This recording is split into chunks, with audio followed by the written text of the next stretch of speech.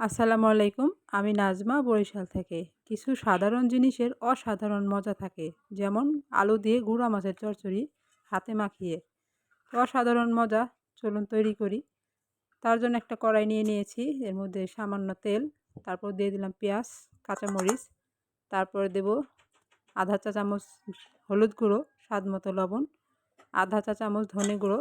তারপর এটাকে হাতে কষলিয়ে নেব। 2 মিনিটের মধ্যে হাতে কষলিয়ে নেব, যে পর্যন্ত এটা নরম না হয়ে যায়।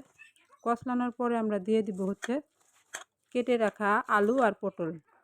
এখানে আমি 2টো আলু 3টা পটল ব্যবহার করছি, পটলের বিচি ফালিয়ে দিছি।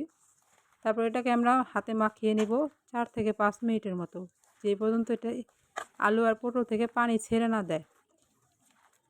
তো বাসায় বানিয়ে খাবেন। আর আমার পুরো ভিডিওটা দেখার অনুরোধ রইল।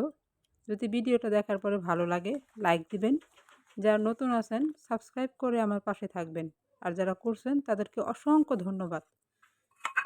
তো পটল আর আলু মাখানোর পরে যেই পর্যায়ে পানি ছেড়ে দিবে, তারপর দিয়ে দেবো গুঁড়া মাছ। গুঁড়া মাছ দেওয়ার পরে গায়ের জোরে মাখবো না, তখন হালকা করে মাখবো। মাখার পরে সামান্য পানি দিয়ে দিব। পানিটা অল্প দিব, যেন আলু পটলটা একটু মাখা মাখা হয়। তো পানির পরিমাণটা এরকম দিবেন। তারপর চলে যাব রান্নাঘরে। এই তো চলে আসলাম রান্নাঘরে। এখন একটা ঢাকনা দিয়ে ঢেকে দিব। আসলে চচ্চড়ি তো যে পর্যন্ত কড়াই চড়চড় না করবে সেই পর্যন্ত নামাবো না। এই তো সব পানি শুকায় ফেলছি। এই তো আমার চচ্চড়ির ফাইনাল লুক। তো ভালো থাকবেন সবাই, আমার জন্য দোয়া করবেন। আল্লাহ হাফিজ।